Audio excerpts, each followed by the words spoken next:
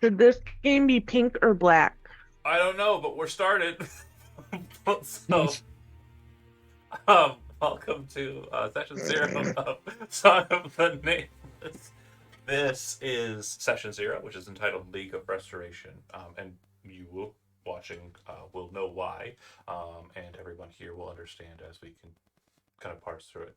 So this campaign setting, the Unending Spiral, is primarily on a continent known as ENA, located on the material plane of Urs. Our story is one of a number of stories currently engaged in or already completed that are taking place in a very specific part of this continent. Province known as Jernaris, and a section of that province um, known as Lavidia or Greater Lavidia. And that's that small red box there on the map. And we'll go ahead and move to take a better look at Lavidia proper. The music changed. Exciting. But it didn't change because I don't have the music. Oh, that's fun. Good note. On the back end, if you don't have the music file, but you have it set to cue the music file, it won't play it. Um, Good note. So, that said, Lavidia, rather Greater Lavidia, is split into a number of different sections, and we've seen in our other stories a couple of them. Lavidia proper is the northern portion of the map, kind of up above that sweeping section there, and the Threshold of Revelation game that runs on Sundays takes place there. Currently, that party is locked inside of a dungeon at Anvilboat, which is the marker on the north of the map, represented by our friend Brent's character, Ezekiel. They are representatives of the conglomerate and are engaged in a very prominent war that is kind of engaged all across Lavidia between the normal residents of this place and a force known as the Denisotvins. The Denisotvins come from the west and have engaged in invasions for the last decade or so in the region, taking over a number of prominent footholds. Not too much in Lavidia. Lavidia kind of has its own infighting that it's dealing with at current. But on its most western side, we have seen conflicts there, specifically in one of our Patreon games. That said, further south, we have the strongest bastion of Denisotvan kind of positioning in a town called Cardend, which is represented in our Rush of Madness games on Friday. So, just so you understand, party members, you are located on the island in the center. Just across the bridge to the west is a very large force of these invaders. Denisotvans claim their descendancy from Jernarin's predecessors. They are different than normal Jernarans and humans in one respect that is very noticeable. Again, they are just like any other humans, except that their arms are substantially longer than a regular human's. They would kind of have their hands at resting be closer to their knees than most humans would, like upper thighs for most humans.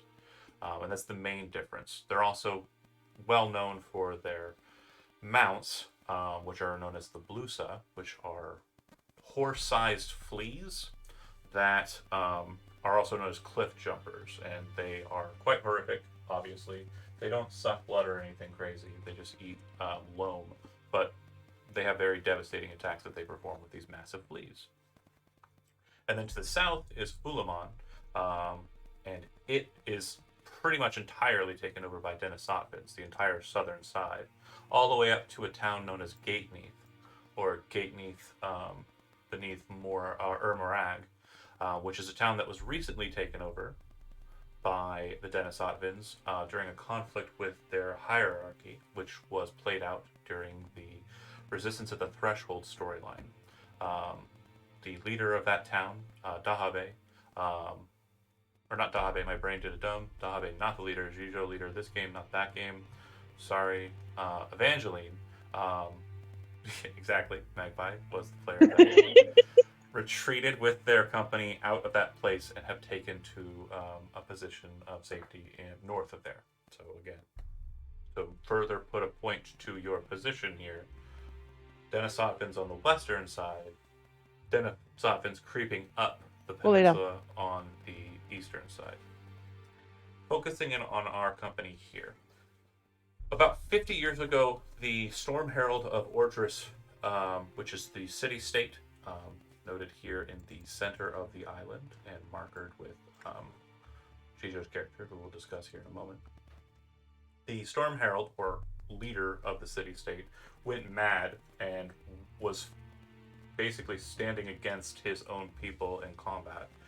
He was eventually defeated, but his powers were left to mystery. They weren't something that was taken down. It was an oral tradition passed from Storm Herald to Storm Herald.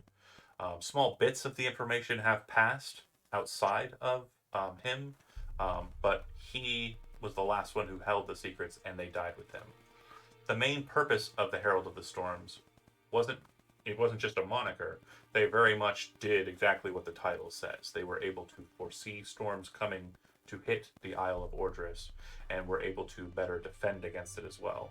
And in some older legends, were able to basically stop the storms in their tracks with a word.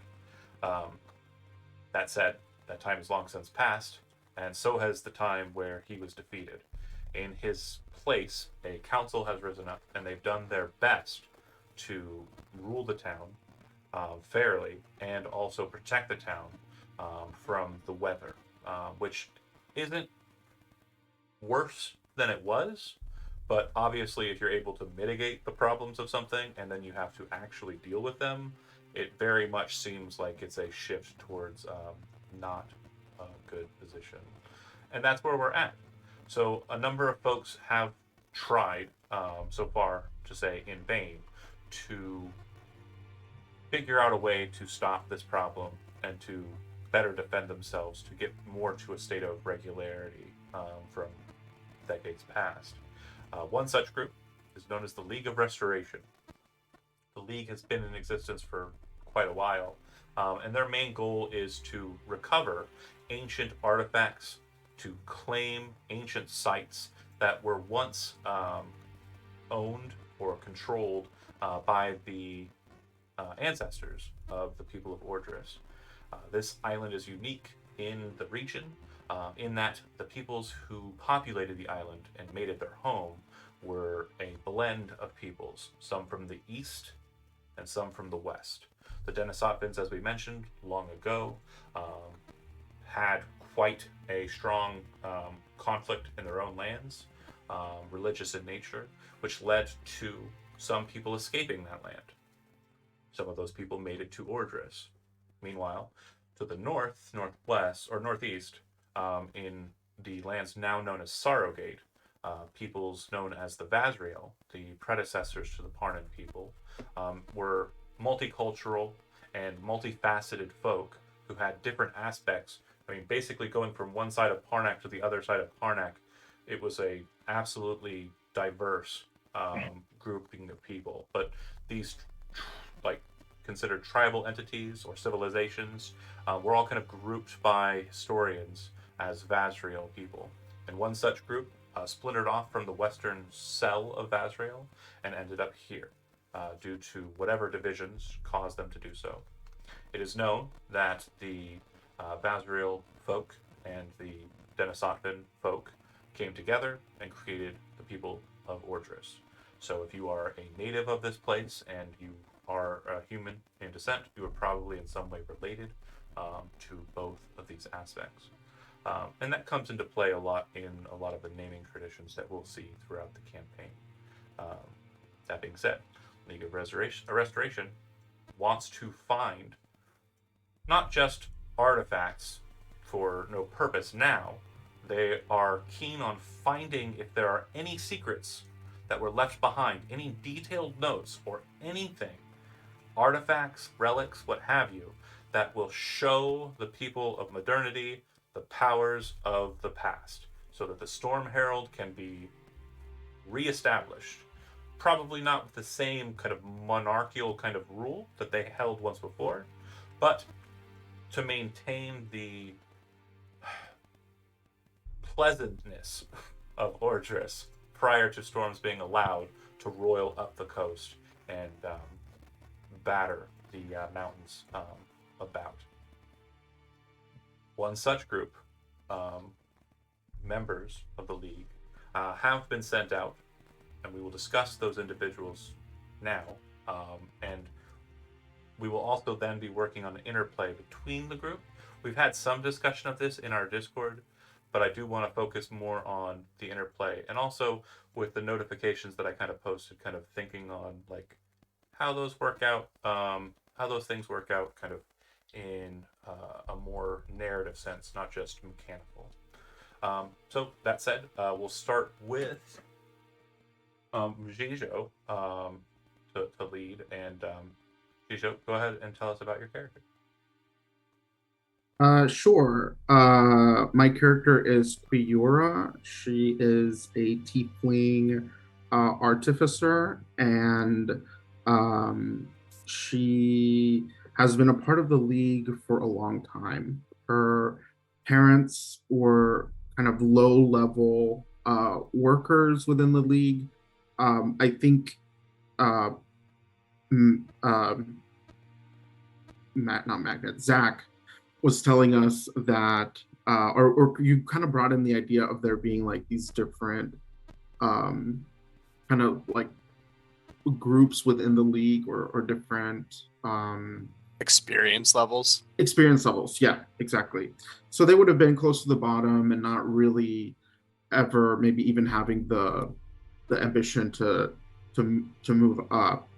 And eventually she came into her own like tiefling powers and was able to prove herself as being useful to the league with her abilities around her special armor that she created. And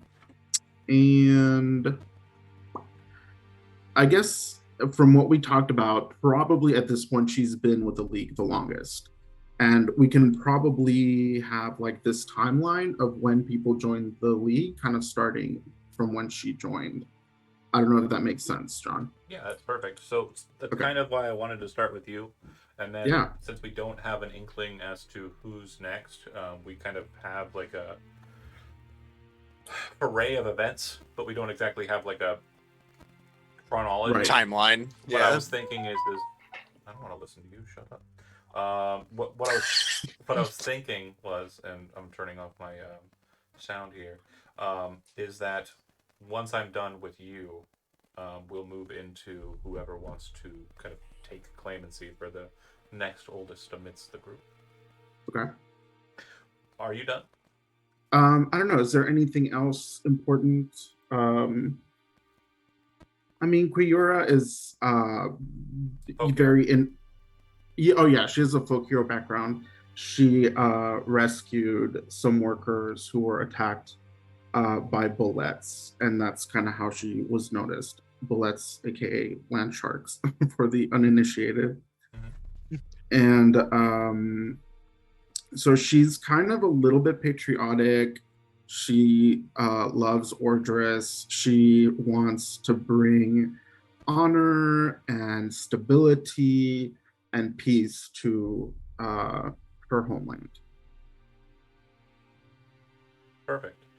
So, that known and kind of understanding your idea of where you're kind of coming into this situation, I'm going to put it to the group. Who do you think amongst you, and if you want to, point at somebody, that's fine too. But who do you think amongst you would be the next oldest in the league? I mean, I think probably Magpie. I think That's an earlier your character at the river. Yeah.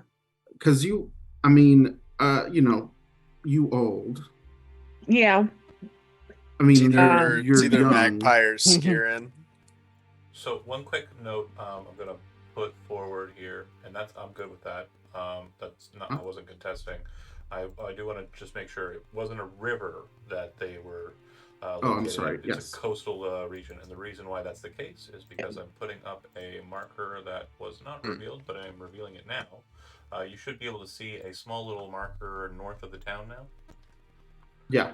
And that happens to be where Magpie's character is from. So in Magpie's discussion of her character, she'll have a notation as to where Kolinar is. Oh, Cool. sweet. All right. So Magpie, you're next. Yeah, forced by Jujo to speak. So Gil, who had a whole last name that I know his name. 2 seconds. Sorry, my computer's super slow right now. Seems it. 12,000 years later. Anyway, he goes by Gil. So some of you may know his full name, some may not. I will get that in a second once Discord decides to open the server. Sure. But essentially, he is from Kohinoor. Is that what it is? Yeah. And probably around age 90 or so, decided he's a grown man. His parents were like, no, not really. So he ran away and decided to kind of start figuring life out on land. He is a sea elf. And kind of through his adventures came across some sort of fey creature. I hadn't really figured out what kind.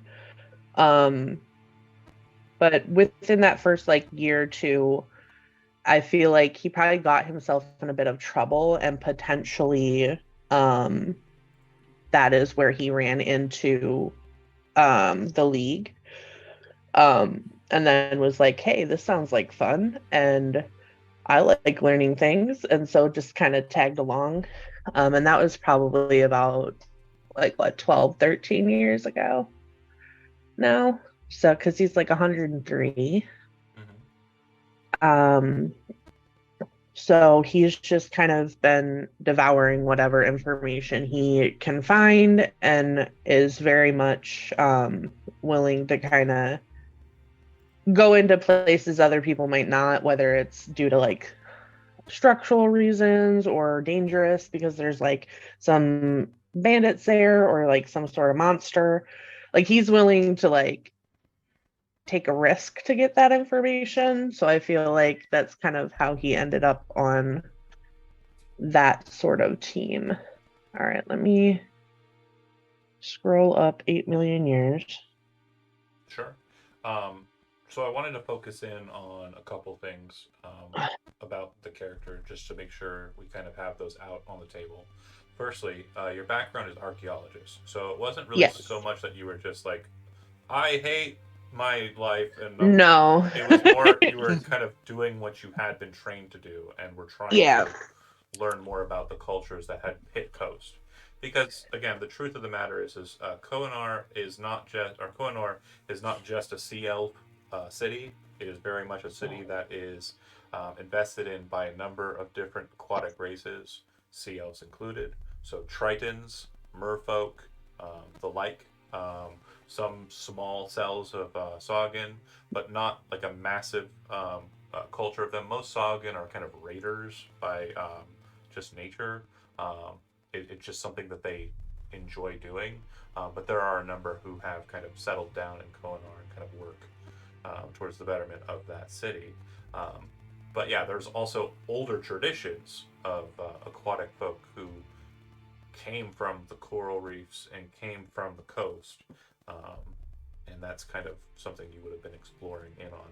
And as we kind of discussed with that specific event, which was the second point I had, and the last one I've got, is that I'm going to butcher the pronunciation of this name every single session, Jijo, and I hope you know that. I know I have an easy cheat log, but I look at it and I know my brain's not going to work right. Kuyura? Wrong? It's wrong? Is it wrong? Quiura. Quiura. Quiura. Like the French wheat. Okay, but Quiura. Quiura. Quiura. Okay, I probably won't butcher it as much as I thought I would. I've got it in my head, I think. So that said, Kuiura's group was very much looking in kind of the same area, and so was Gil. And then the two groups, instead of, fighting each other, like psychopaths, and who would do that, actually decided to work together as they both provided the other a benefit, where Gil could swim into deep regions, and the league's like group was more numerous, so it had a bit more knowledge at hand in whatever puzzle solving or problem solving was needed at the site. And I found his whole name. It is Hamir Gilfira. And then he just goes by Gil. Okay. In the league. Gonna say that between everybody's thing. Okay, perfect. And so again, about a decade in change, you've been with the league. Yeah. And then we're a bit longer, obviously. Probably the only Viper, I think, right? Sounds about right. Okay. Cool. Then we move on to who thinks they would probably be next on the docket. And again, the two of you can point fingers at others if you want. It's entirely up to you. Magpie, did you run away? Yeah, looks like it. But I will say that I think the youngest member of the league will probably be Johnny's character, who we'll discuss. It does sound like that character, based on background, will probably be the newest addition, just based on what I've got so far. So again, I do see Johnny kind of looking at the screen like, it's not me. Yeah. It's probably not me. So it is probably... My vote would be Skirin. Okay. The druid. I was gonna say I was mostly adjacent and joined recently. And that works. The adjacency is kind of helpful in you've probably been working alongside them with, for the better part of various things, a few years, like probably half a decade or so. So yeah, I guess I'll go next. That's fair. Yeah, go ahead. All right, so my character is Skirin. He is a Owlin druid circle of the Sentinel of the Wyra sect, who actually live in the Ares of Ortis. They essentially kind of patrol the parks in the city, but also the wilds outside. They kind of worked with the League for a long time as a kind of like consultants, I guess would be. It's like a tough way of saying it. Okay. I don't know. I'm not sure, but like they worked with them, adjacent to them, thus what we just said earlier. Then joined recently, as it was like the storms that have been brought up and that are affecting everybody are really affecting the Wyra, as they are way up high in the towers of Ortis and really battering them. So they all felt that we needed to get someone working with the League directly, like on a team, to try to figure out what was going on. And he offered, because he has a background of he's real good at investigating, so to say. I do want to hold on. I do want to cut you off for just a second, because I do see an interesting connect, and I want to kind of see if we can play with it. So you said you have had experience in the past working with the League, not being inducted into their number, but working alongside them. Can we play with that? Can we decide on like a meeting of the individuals like 5 or so years ago, where you have a familiarity with Kuiura's team, and then when they were looking for volunteers, you were like, hey, I know some folks over there. And so it's more, it was a little less like, well, shit, I drew the shortest straw. I guess I got to go work with these folks. Oh no, I definitely wasn't saying. I wasn't inferring that. I was just saying. Well, I mean, I just like. It seems cooler to me if it's like you have a connect. Like So that said, J-Show and then Magpie would be a part of that group at that point too, and then also John. Like, if you want to kind of hash, together what you think might have been a cool like Erie involved or Wayro involved like sortie, or something the League would have wanted to do that would have required the flying people of the city.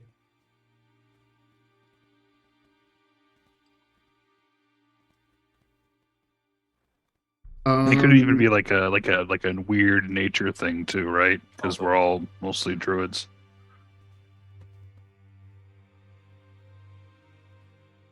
I mean, I guess there's a lot of okay, so terrain wise, what part of the region is mountainous, or what is the mountain? Sure. Yeah, I don't have a legend for the map. Apologies, Uh-huh. but I'll describe kind of what we're looking at. So the lighter yellow closest to the water line Mhm. is beach. The kind Uh-huh. of more vibrant yellow is kind of just dead land because Mhm. it's not going to get much in the way of vegetation due to its proximity to the coast. So this is kind of more rocky. This is more just rugged terrain. The Okay. light, kind of cinnamon toasty colored brown, um, and it is actually called cinnamon toast, the marker. But anyway, that specific color is hills. And then the dark brown is the mountain of Ordris, because Ordris sits high up on a mountaintop. Um, the lighter green are plains and kind of fields. The forests are pretty self-evident. The lighter brown, but kind of grayish, warm grayish color is ruined civilization sites, and that can intermix with other terrain features. But yeah, that's mainly what you're looking at. And then the very light, whitish kind of brown are just kind of heavily trafficked regions that are not Okay. quite arable, but are substantive. So Scarin, are Scarin's people coming from somewhere on this map? Ordris. Yeah, so Ordris has a number of high towers and cliffs Okay. all about it. And so the Waira are actually like folks who have the capability of either turning into something or are already capable of flight. And so their circle Yes. very much focuses on watching the town like sentinels, or watching the city like sentinels, but also making sure that the parks inside of the city and the nature kind of areas, reserves, if you will, around the area are also well kept. Right.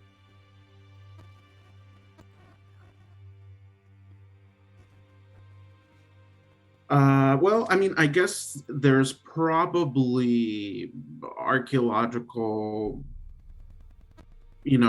like uh, archaeologically important stuff in these cliffs.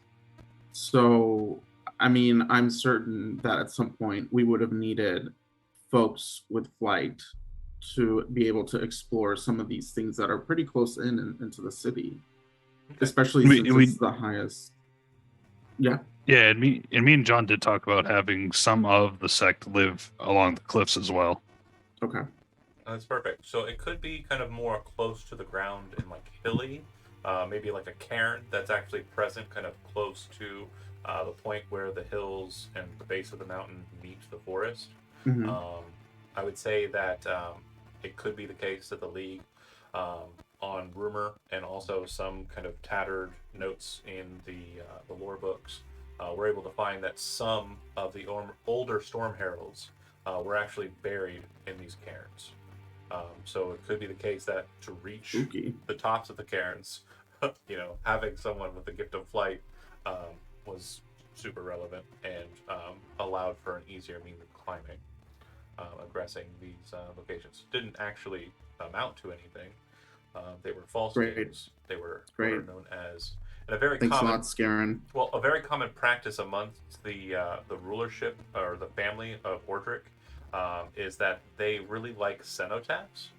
If you're not familiar with that term, it means they like building very large things that are said to be where people are buried, but no one's buried there.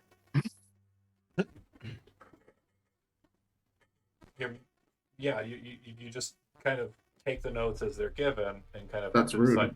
So some of these cenotaphs function as a deflection for a nearby crypt. Some of them just serve as an immediate kind of like, you want to steal my treasures of the past? Well, here, have a big statue of nothing. Here.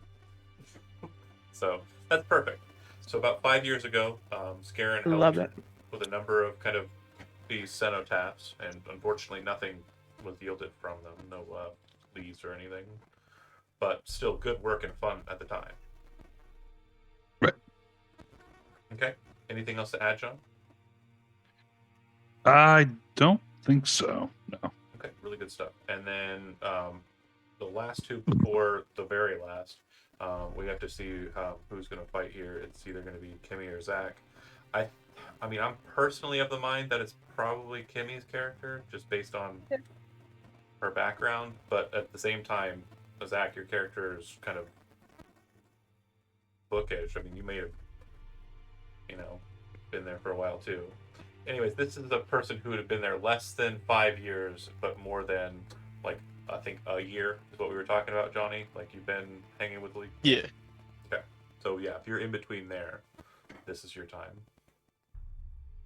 So probably me, I think. My character is Sarah. She's a human storm herald barbarian. She's actually a descendant of Alfgar Orderic. Her father sits on the council, and it was through the council that she heard that they needed some protection for the league, and so she went to Quiura. Thank you. I'm glad it's not just me. She shows that right, It's a Quiura. great name, though. Quiura, yeah. Quiura, and asked her, I'll give you my protection. Could I please come with you on this adventure? And Quiura, having some pull with the council, went and spoke to them on her behalf, and they saw it as like a win-win because they get a child of the a member of the council, essentially, because it's a child of a council member, and with the league, as well as as protection for them as well. So she definitely doesn't like, her father never lets her go out anywhere. As you can see, she's followed by 3 attendants. So they'll be on the journey as well. So Pack mules. Did you figure it out? Did you figure it out, Gino? Did you figure out who those NPCs are? Oh, the NPCs. We'll discuss them in a minute, but continue. yeah. So they accompany her along her journey because she can't leave home without them. But this is her first time that she's gone as far out the city to do anything on her own. So cute. Okay. And so this would have been about 4 or so years ago that you would have first kind of teamed up with Quiura and her detail. So you've done something, but you haven't really gone too far, Stride, because again, most Right. of Quiura's kind of focus has been in the hills around Ordris, the Wayra cliffs, and kind of the coastline, as we've already kind of discussed. She hasn't really moved into the forest or the plains, although her backstory does kind of deal with the plains because that's where land sharks go. But that said, you, Jijo, also Magpie, and possibly John, are there any things that you think would have happened in your adventures with the League so far, as you've been kind of doing things for about 3 or 4 years? Is there anything that you would think would be something you would have done or something that would have happened in the course of your adventures therein? I'm not really sure. Okay. Only because I'm not sure where. Because you said we haven't strayed far, correct? Right. Mostly hills, coastlines, and cliffs. Yeah, I think along the way she's just been collecting items that Viara says that are pretty but aren't valuable, and just building that relationship with those 3 along the way, getting to know them a little better, as nothing major has occurred. Okay. And Gigi, I have a how do you- question. Yeah, go ahead. Would there have been any incursion from the Denisavans onto the island? Not to your knowledge. In fact, Okay. politically, no idea. Because Okay. 50 years ago, the Storm Herald cut off contact with the outside world, and there really hasn't been much in the way of traffic outside of Orders. Okay. Will they show up? Yeah, definitely. Because I'm an asshole. Right. And I like using massive pleas to murder my parties. But focusing in, so it's been pretty calm these last 4 years, is what we're thinking, right? I think so. Okay. So not so much in the ways, or not so much means of kind of displaying too much of your, Storm Herald strength, but probably small events, like troglodytes kind of coming out of the cliffs, facing up against them. One of the barrows you go and check in the hills being kind of overridden with like giant centipedes or something like that. These kind of, tales of adventure that have already kind of passed by, but nothing like grandiose, like nothing super noteworthy. Um, okay, cool. And then I'll just go ahead and briefly, if you have anything further to add on to that, Kimmy. Okay, then I'll go ahead and quickly just describe her attendants. There's Daldrin Ironhand, who's a dwarf of the Ironhand clan. He is an anomaly to those who are not familiar with dwarvish culture, in that most dwarves have a very massive beard and are very proud of their beards. Daldrin does not. Daldrin is completely shaven, face and head. Again, if you aren't a dwarf or you're not familiar with dwarvish culture in game, it's really not something you'll understand, but it's certainly a question you can inquire of him, and he'd be more than happy to tell you. Daldrin is very much a kind of gruff and quiet individual who speaks in honorifics towards Sarah and the other members of her entourage. He is, as Zach very clearly described, a pack mule. He is very much a back to carry. He is a housecarl to labor. He is the one who will do the heavy lifting if it is required. Sarah, being who she is also a heavy lifter, so it's not that he's doing it on his own. And based on what I know of Sarah, she's not one to kind of like point and tell him to do something and not actually engage in kind of the physical activity herself. Is that a fair assessment, Kimmy? Yes. Yeah, but he is very much someone who will kind of try to carry as much as he can. So what we're doing for this campaign, it's not something I've done in a while, but it is an idea I enjoyed when I did do it last. Normally a variant nobles retinue are non-combatants who are kind of left to like staying in a town or a city. And for me, as a class feature, that's boring if we're playing in an adventure kind of setting. So they are very much non-combatants, but like all creatures, they do have combat statistics. They're just not going to rush towards it. But they all have a special trait that they will be holding on to that they do and makes them kind of unique and beneficial to the group. So Daldrin's ability is called Carrier Burdens. For the purposes of carrying capacity, his strength is considered 20, and he counts as one size larger when determining his carrying capacity than the weight he can push, drag, or lift. He is very much a Nodwick. If you're familiar with that terminology, you're awesome. If not, it's fine. Google it later.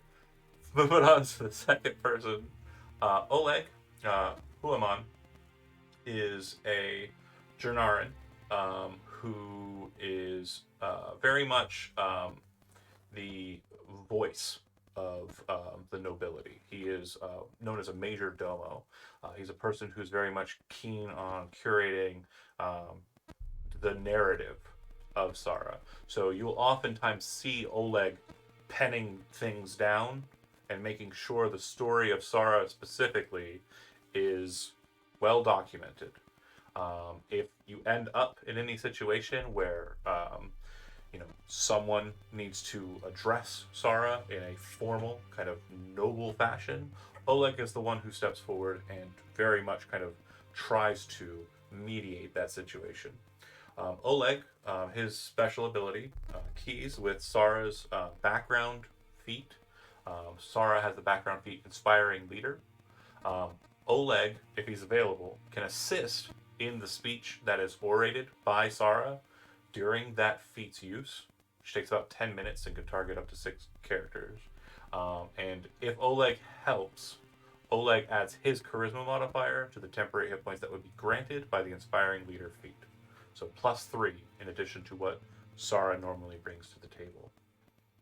Lastly, Suyo Mira is the kind of just attendant. She kind of functions like a head of household when they are actually in Ordris, like a butler or what have you. She is very meticulous in making sure all of Sara's camp and belongings are kept and organized and are keenly kind of placed. She is also very helpful. She will try and help others with anything that they're doing. Unless it's killing, because she's not good at that. She's not very good at that at all. But if you're trying to do kind of simple activities, she's definitely willing to assist. And her special feature is Perfect Assistant. Suyamira can be instructed to perform a single downtime activity that could be performed by a friendly creature, and will engage with it until it is completed. She does not require proficiency to perform the task as long as the friendly creature has it, but she does require the material components and tools needed for the activity. So what that means is if you're wanting to craft potions, but you're going to be like, I was going to say, if you're going to be very deep inside of a dungeon, then she can engage in the potion making for you while you're down there and she's up in the camp. Okay. And I would say just character-wise, Daldrin is very short, rough, or simple. Not going to get into a very long conversation with you about anything. Oleg is the exact opposite, very much talkative, and then Suyamira is very much meek, but at the same time very engaged once an activity has been kind of decided on. She's very kind of in it once she is a part of it. All right. Cool. Any questions regarding the attendance? Any questions so far? Looks like What was Biomir again? What's that? What is she again? Race wise? Suyamira? Oh, she's a human as well. Jernarin, and Dwarf. Okay. Nobody plays human, so I just gotta force them in there as NPC. So, I play human. Exactly. And Yeah. I appreciate that a I lot. normally It's so wonderful. in other places. I've never seen you play a human. Not in your games. Yeah, see? So, what's up? I refuse. Fair enough. Cyberpunk. Yeah. You There kind you of have go. no choice. But moving along. So, sorry, Zach, your character, please. Tommel. He's a little guy. Just a little guy. Wee little lad. He's a Haragon clan crafter, universal wizard. So his background, his family partnered with a dwarven clan to create sort of a line of preserves and rations from a fermenting process that the dwarves had used, combined with spices and flavors from the Harengon family. So the C&E reserve preserves are very famous amongst the dwarves. And his family is known for their cooking technique, as well as their knowledge of magic. But they have a very large family. And Tommel has several older siblings who are already slated to take over the business. So he fucked off. And I imagine that's how he got into the league, because his family is also known wizards as well. And undoubtedly, the current leader of it is probably a part of the council. Mm-hmm. Sorry, continue. That's about all I've got. Okay. I imagine he joined the league specifically because there was no place amongst his family business, and also not his main interest, Sure. but does work really well on a field team because he's a cook. Yeah, and so background-wise, you have clan crafter. So Yes, that's why he's well known amongst the stout folk. So we're thinking that maybe 2 years ago was when you kind of, okay, well, this isn't really going to go very far, Mhm.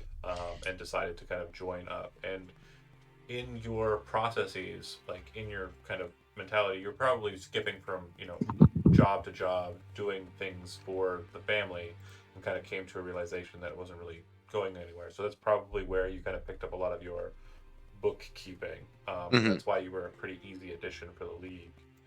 Um, so in that way, um, you joined in and you kind of diverted away from these specific segments of the league that would be more in line with what we would imagine from Tomo as we've discussed him so far. How did he end up with Quigura? Like, how did he get out of the libraries, get out of the books, and end up on the front lines, so to speak? I have a proposition. Shoot.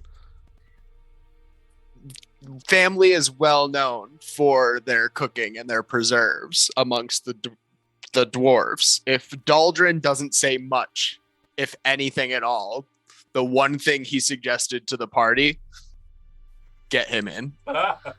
Okay, I love that. Just like happened to recognize me amongst the halls one time when the team was checking in and was like, if he's in the league, he's on our team. And then it was probably like, I assume like Sarah kind of like intrigued and like, Yeah. but for why? And also not seeing Daldrin kind of, emote this way. And then he kind of managed to get some of the famous preserves. Mhm. And I assume they would have been to Sarah's liking. I would have shared them with the group to be like, look what I found. And so then I assume at that point, like, kind of not really having a cook in your group, and probably dealing with boring rations for near on a decade now for some, for a year, half a decade for some, and so on.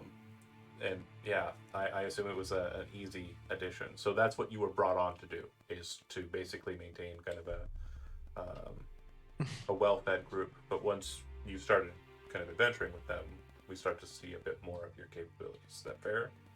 Yes. Perfect. Yes, they are a well-versed wizard for their age. Sorry, I His. Sorry. Okay, I just wanted to be sure, His. because if I got it wrong, I would have probably freaked. The last character. Yeah, right. It'll take me a few weeks. Autognome. we love them. Okay, cool. Last, certainly not least, Johnny. Go ahead and describe your character to us. Well, he is a red dragonborn, like Lyric inheritor. He's probably off to the Wormtoe Island, he said, for like most of his life. Yeah. With his clan, happily lived there, and eventually discovered their true goal and what they're trying to accomplish. He want no part of it, so he probably about like yearish to head to the island. And there, that's where he met his mentor with, who is also like a cleric of Solon. Is that how you say it? Solon, yeah. Solon. Okay. And probably from there, he's trying to, trying to help as many people as he can. Told him to join the League of Restoration and probably, head that way. Yeah, sounds good. So, a real quick note. So the Worm Tongue Island that was mentioned by Johnny is not on the map. There's some of you kind of looking at the map, checking. It is this way. It goes that way. So well off the coast, there is an island which probably hasn't come up in conversation. Right, Johnny? Probably haven't mentioned it. Okay. So in the town, General Do-Gooder with divine power, seen by the people in Ordris as being someone of note, and a capable wandering priest, to be sure. So as he said, kind of directed into the League, and seen by Quigura as someone who is obviously capable. I mean, very imposing figure, right, Johnny? And yeah. also very just formidable. So that being said, the two of you, and also now at this point anybody else, because you're all part of the entourage. If there's any reason why you think, like, seeing this individual in the town, or in the city rather, during like a downtime in between sorties, like, why would you think to kind of draw this person into the league, and not just into the league, into your group? I mean, if we found a religious relic, Tommel is trained in it, but might not be as proficient, or a specific expertise that he might need to reference with the cleric. Good. So that's an Agreed. easy way to, Yeah. like, we found this thing. It's got this marking that references this god. I Well- know about this god, but I don't know the full story. This guy's in town. So you thought there, Yeah.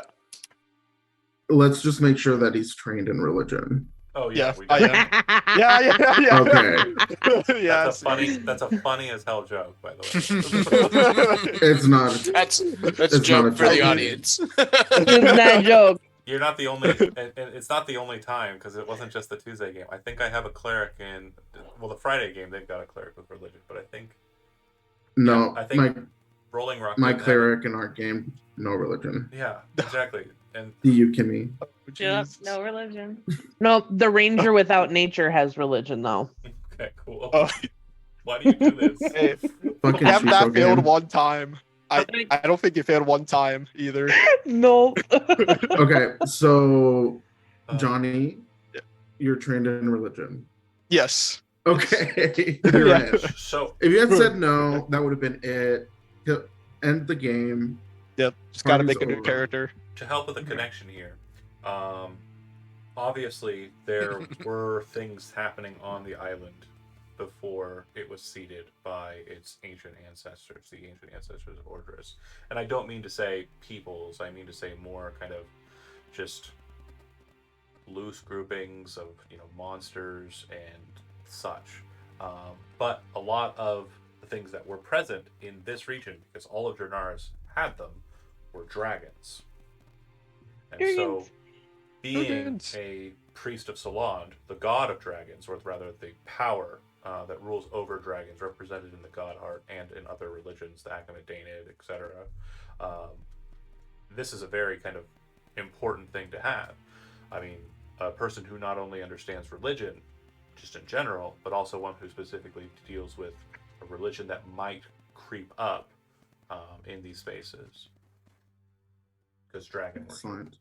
Okay, perfection. So then we could say that during the cairn raiding, or the kind of hill jockeying, the cliff hanging, and all of the stuff that you folks were doing kind of in that 5 years, could have led you to a position where there were enough dead ends of kind of getting dragon knowledge, having to go back to the city, study it, and learn that it didn't mean anything, that finding this bright red, fully armored, dragonborn priest of the god, it was like, well, hey, perfection.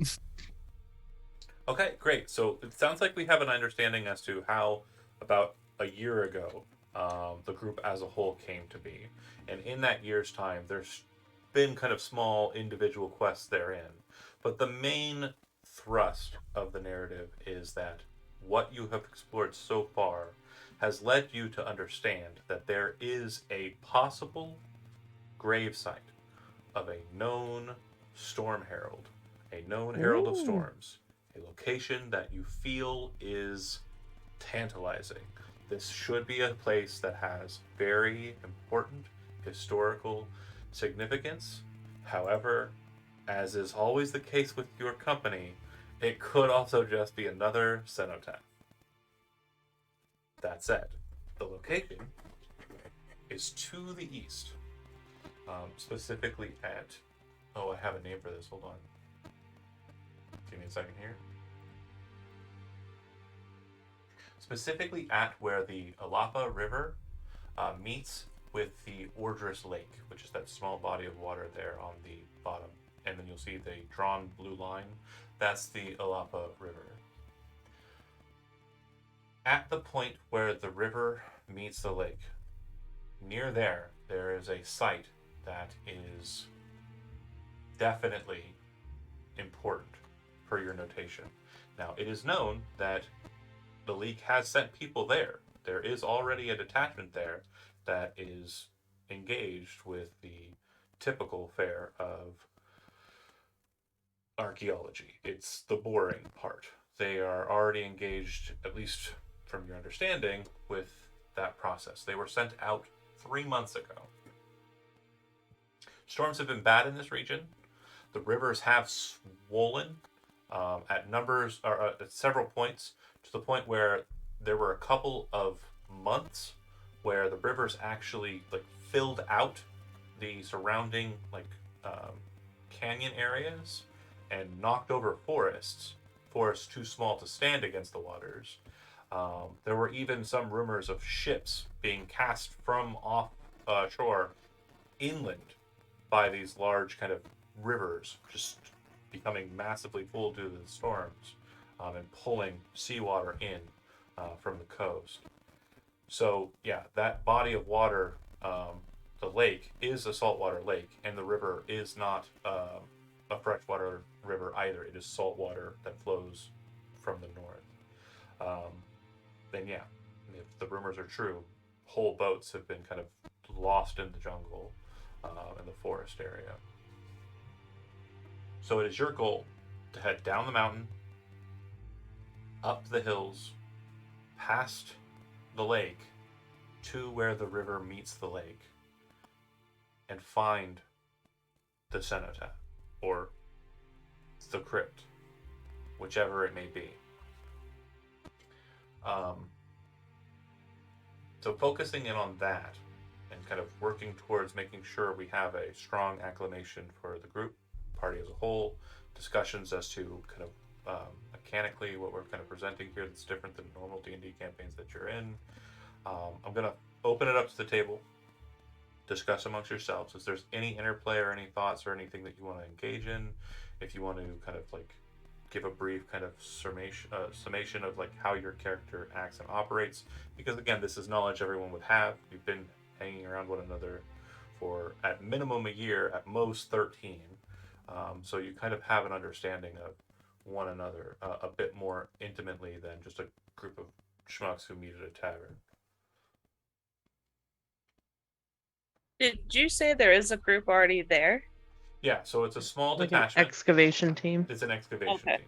Yep. Okay. But they were sent out 3 months ago, and again, reporting doesn't typically happen in like a regular kind of engagement. Once they're done with the thing, then they come back, just like you folks. So they're there. Can you spell the name of the river? Sure, Illapa. Would that be Ilapa or Iapa? Iyapa. Iapa. Okay. And does this site have a name other than where the river meets lake, or? Yeah, so according to the lore that you've been able to kind of amass over the last few months to years, it is known as the Grave Beneath the Nine. And the nine is a direct reference to the God Heart.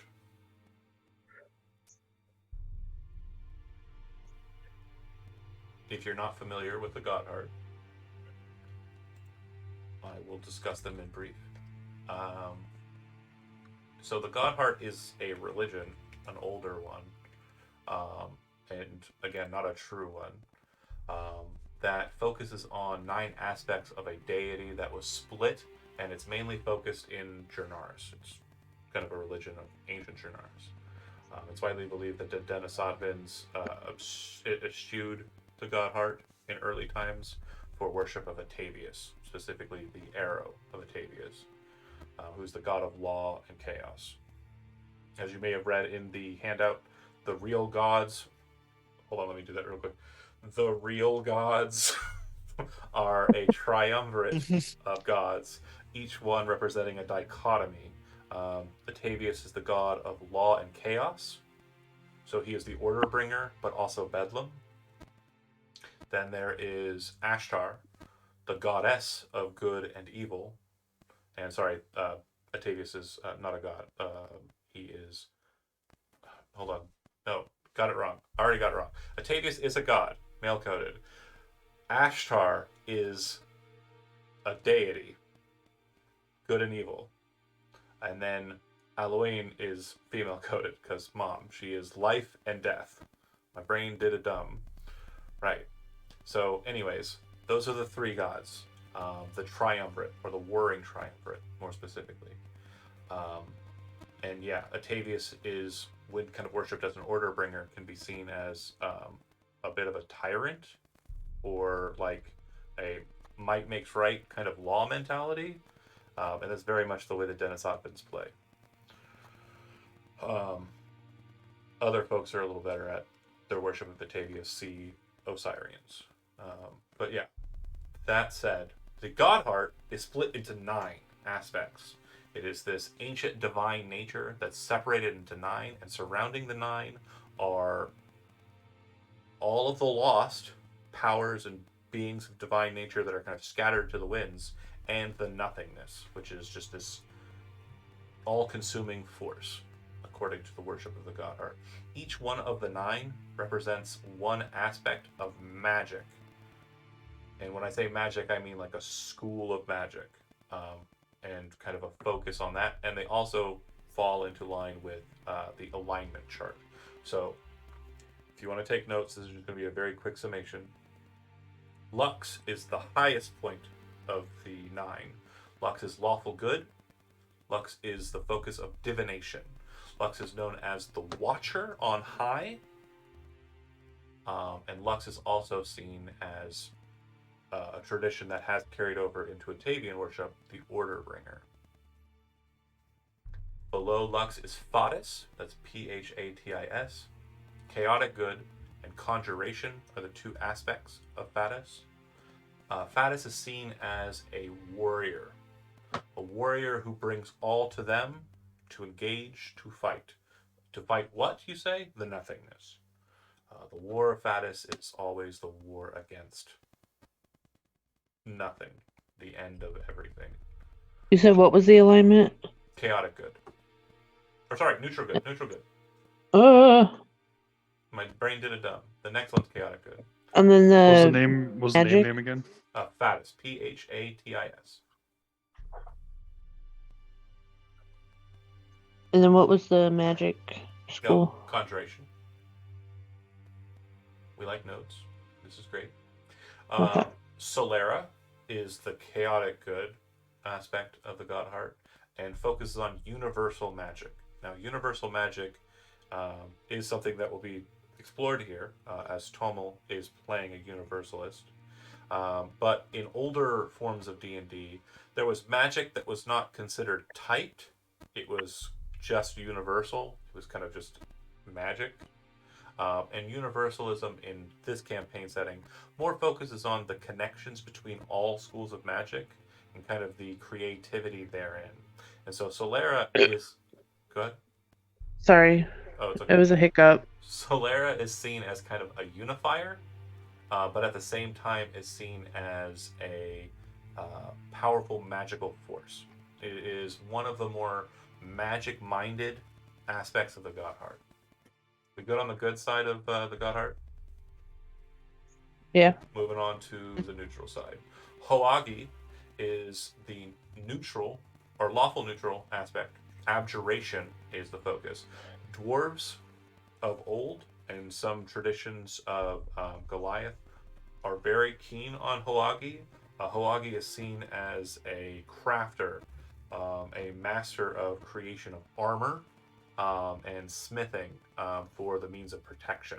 Also fortification building and the like. Hoagi is very much seen as a defender, but not a defender in the sense that they're picking up a shield and going out there and blocking, more of an engineer who designs things that protect. You spell that? Hoagi. And it was neutral or Lawful. Lawful. lawful neutral.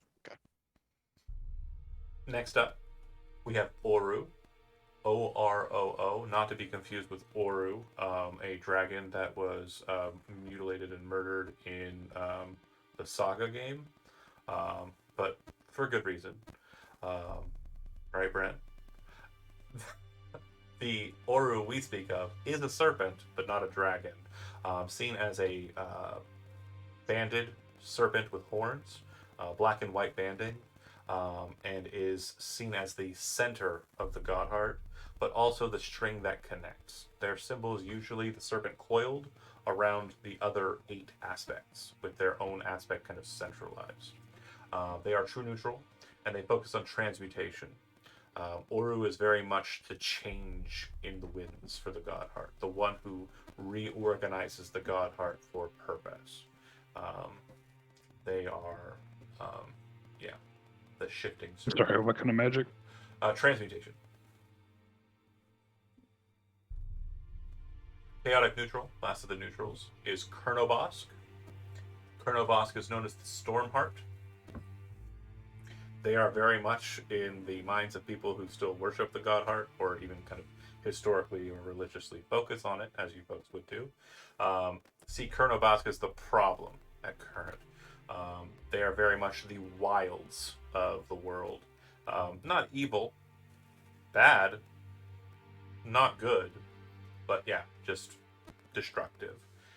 They focus on evocation magic, and yeah, are very much seen as kind of the destructive force of the world. That's all. Can you spell? Go ahead. Can you spell that? Kernobosk. I'm so close. Good enough. I didn't even try. If that's everyone for the neutrals, we move on to the evils. Jortul is the lawful evil. They are seen as kind of akin to a giant kind, very much seen as a race of beings that are ancient old, the giants, kind of one of the older beings that have existed in Urs or on Urs, but because of their nature now, or rather in the Godheart times, Jortul was kind of this focus on them as this kind of sinister being, kind of immortalized as a villain, so to speak, by the people who created the Godheart.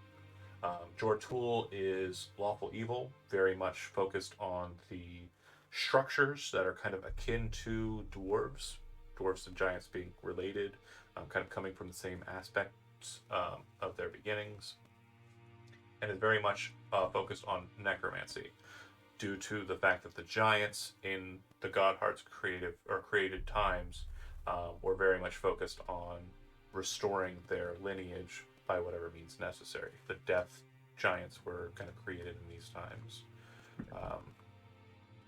All right, moving on to the neutral evil aspect. Rakdal.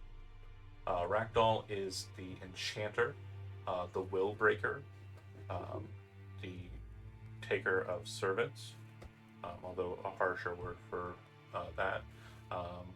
Rakdal is, in my opinion, one of the most evil beings, due to the fact that they steal the agency of others, and those who follow Rakdal kind of relish in this endeavor.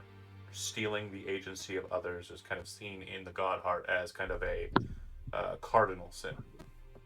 So is also bringing someone back from the dead in that regard.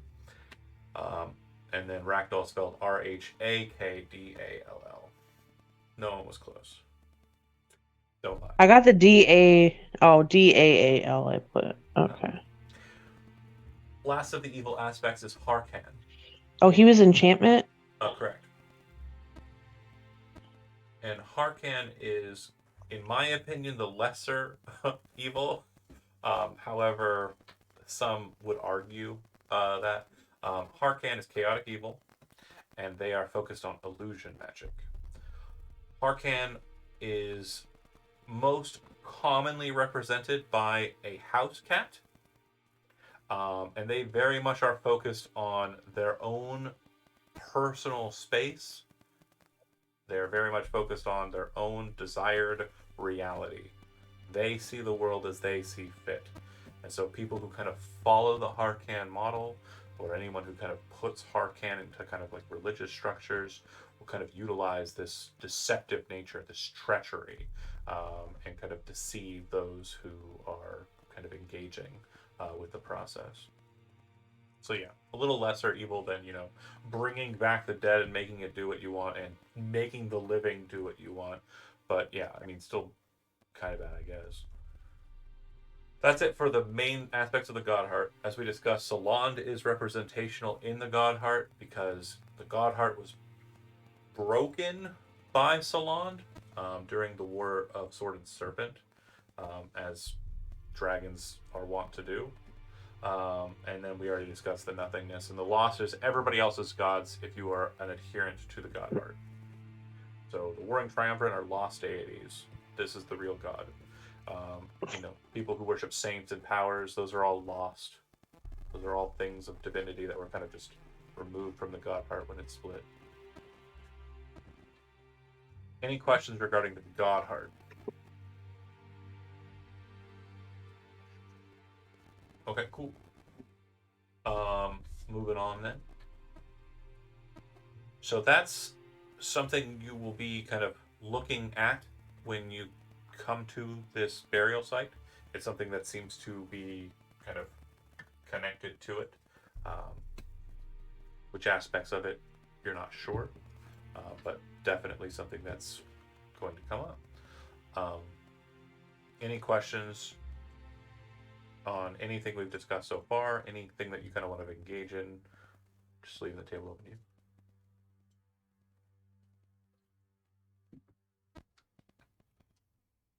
Not everyone all at once. I get we're nervous. It's session 0. It's perfectly fine, but don't worry about it. I'm not going to judge you. Neither will the 6 people watching us on Twitch. I'm one of those 6 anyway. Oh yeah, it's mostly us. Oh, now I'm nervous. Now I'm nervous. Oh, Wow. There's 6 whole people. being I think, being one of I those think it's 6. just Brent and Elizabeth. I mean, and I think Brent's I'm gonna playing... quote Elizabeth. Hold on. Yeah, I think it's Brent, Elizabeth, and there might have been an Andy there for a second, but he probably dipped out. But yeah, it's just folks in the Discord. I was giving Scaren a nickname to appease Brent. Oh, Rin. I Yeah. can't believe she's coming at me again with that. Unacceptable. For fattest. She called me a tank. So Because of horrible. your fattest? No. So we were talking in the Looking for group regarding a replacement for Sundays, and I had mentioned that Chad is twig-like because he is a lanky lad, and then I kind of went on my whole self-shame ramble, and she said I was tank-like. So it's whatever. It's fine. I don't care. Okay, John. That mean. I just want to feel sorry for myself. Can I just do that? Okay, gosh, I just want to do it. No. Like, This is not the right space for that. You know it. And I want to do it in the Wow. most passive aggressive way I can, and that just let me just live. Okay, so anyway, focusing back on the story here. All right. Oh, okay. I wanted to. So everyone here probably is younger than Priora. It seems like so far. Chronologically, no. Well, Magpie. I think Gil was like her first adoption. Yeah. And To be fair, he was probably like teenage, right. Equivalent. So I feel like that's the general vibe. Is Mama Priora is sort of like mom. Team mom. She's Okay. not a teen mom. Scaren's 25. Yeah. Tommel's like what? 25 as well. Yeah. And then Tommel's like what, 4? I don't know how Herringon. I know they have short lives. I just don't know. I'm pretty sure they have a long lifespan. Don't they? Oh my Do God, they? are you like an old man They now? think they do. Hold on, no. Tell me how long a Harrigan ages, and watch me get really upset. Tell me how long they. I'm pretty sure it's like 100 years. 100 years. I'm googling it, and I'm gonna be super That's mad. not cool. No, there's it's gonna average be lifespan 12 being billion just of over them. 100 I'm gonna years. be so How mad. do Are people you even kidding know me? this? But bunnies don't live that long, though. I mean, No. Well, Right? it's magic, though. Hold on, Buddy, Bunny. people Wait. do. Watch me get mad. Okay. So check this out. So lifespan is, as you said, up to 100 years. Okay. Tortle.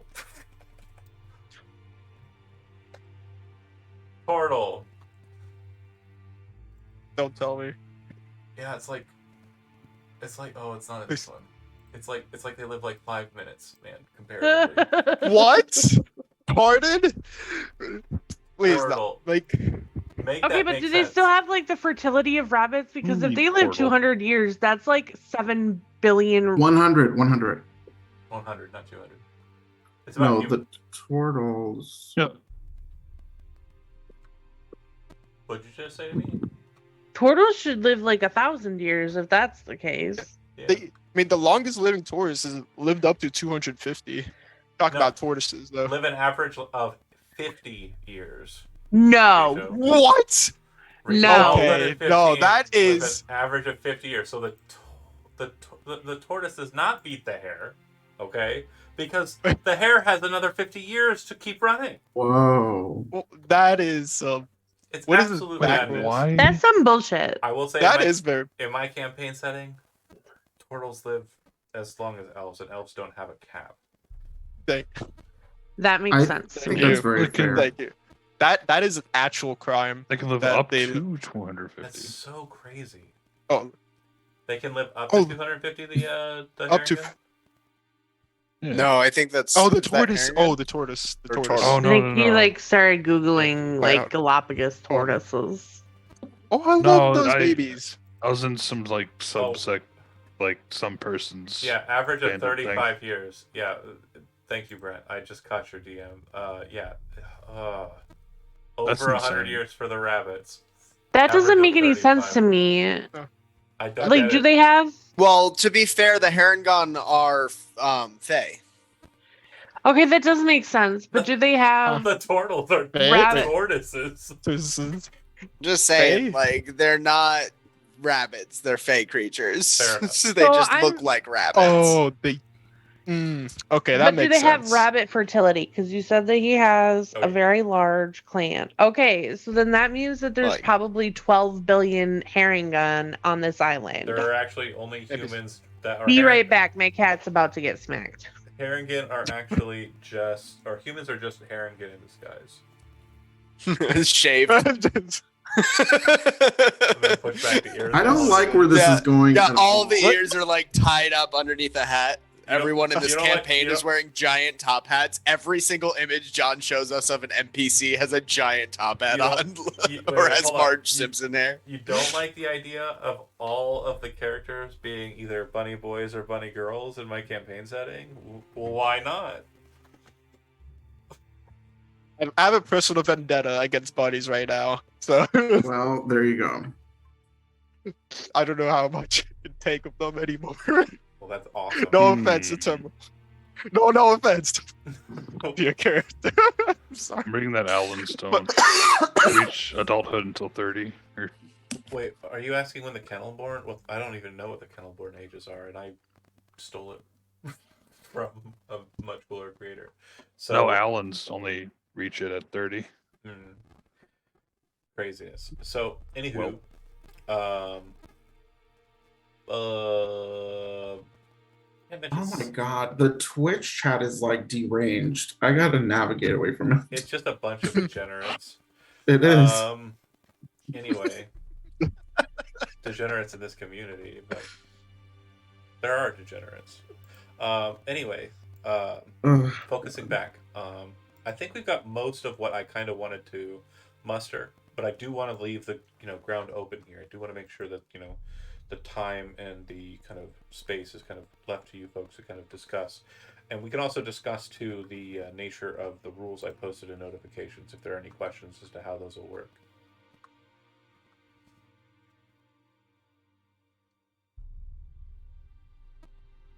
Don't you start, John. I see you typing. Get out of here. But no, focusing back up on the game we're playing. Is there any like questions regarding the stuff I posted in that chat? Is there any questions regarding anything that's been mentioned so far? Is there anything anybody wants to interject with other players? Because again, interacting with me is all well and good. That's going to happen a lot for sure. But the thing I like to see, especially with a group that we want to kind of have set up as established, is interaction between players. So, Nah, that's okay. all right. Well, then game over. It's the shortest campaign I've ever run. Session 0. No, joking. Obviously, we're continuing. We've got like. Well, I mean, I think that there, for me, I feel like there's a clear way that Quiora relates to others in this group, right? Like Scarin, you're, the forest ranger that I've had to work with, and when you got pulled in through that. Tommel is the cook, and also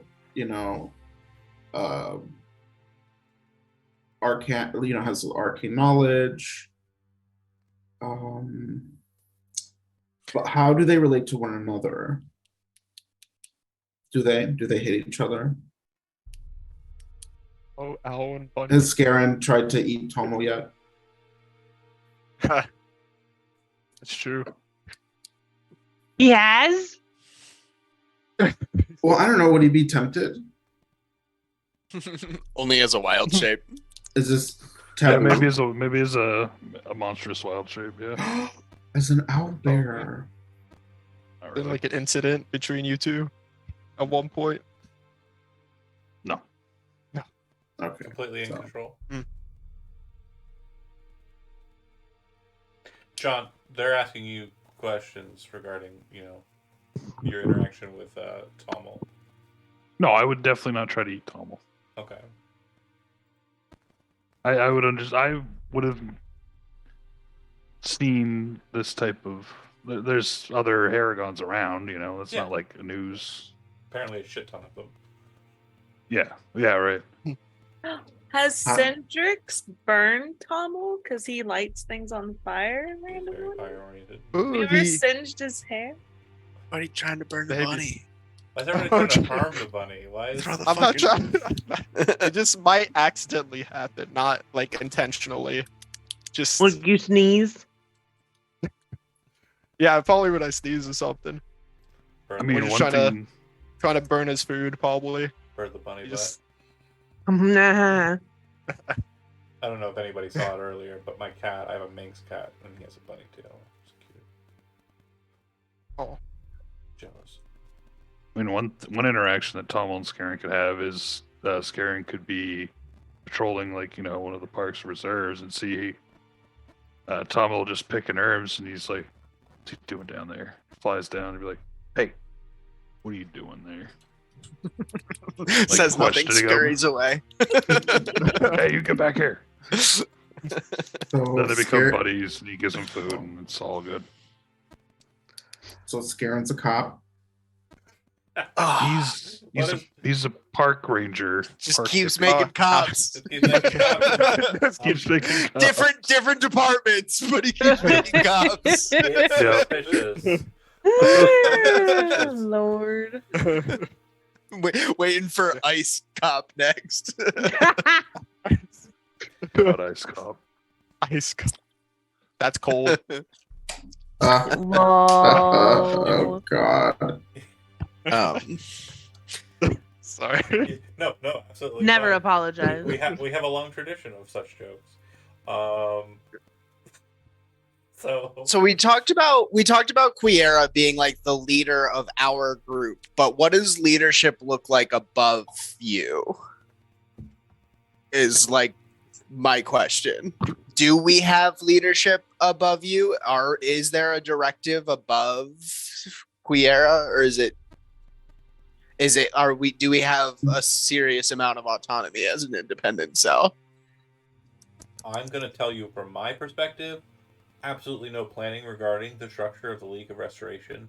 I imagine if it's going to come to a situation where I am granting you some sort of like, like order or dictate from the League, it's very much going to play out like, where in the world is Carmen San Diego? Like the chief, like, Yes. telling you a thing and then you doing the thing. I do not want to have like a dynamic role of like influencing the group. I very much want the very first kind of part to kind of give you a quest to do, and that open up a bunch of questions for you to kind of figure out what you want to do next. Is that fair? And so that structure is entirely up to you. You can very much narratively kind of decide on what it's going to be. I only ask the question that you give me, the chief, in that respect, the one that runs over the folks who are out in the field. You really have to model the chief After the chief, yeah. the chief from Carmen San Diego. Chief now that you awesome. brought that in, Yeah, I don't know. He's an icon. I don't know if I can get the like. It sounds like you're telling me what to do, but at the same time, why are you yelling? Like kind of Yeah. like, attitude that she had. But she was awesome. She's very rad. I don't think, do the young people know who Carmen San Diego is? No. God No. damn Ah! Children. Yeah. I am 40 in September, so like I We old it. John. Oh, yeah. So let's talk about something else, so I don't cry on screen. Oh. I'm just kidding. Obviously, I'm just kidding. My wife, I know how to turn off my though? camera. Don't be ridiculous. my wife says I'm not that old, so I mean that's all I need. That's good enough for me. Focusing up, continuing, or I can start getting into fortune points and partner techniques. It sounded like that was a good kind of position. There's also other stuff that you might want to discuss. One thing I'll kind Like of we go ahead. Oh, I was just like, did we get to the part where like we're sorry, I had a picture yeet itself off my wall for some reason. So Ghosts. perhaps hair and gun. It could be. So like did we go over like dynamics? I know we were talking about everyone eating Tamil, but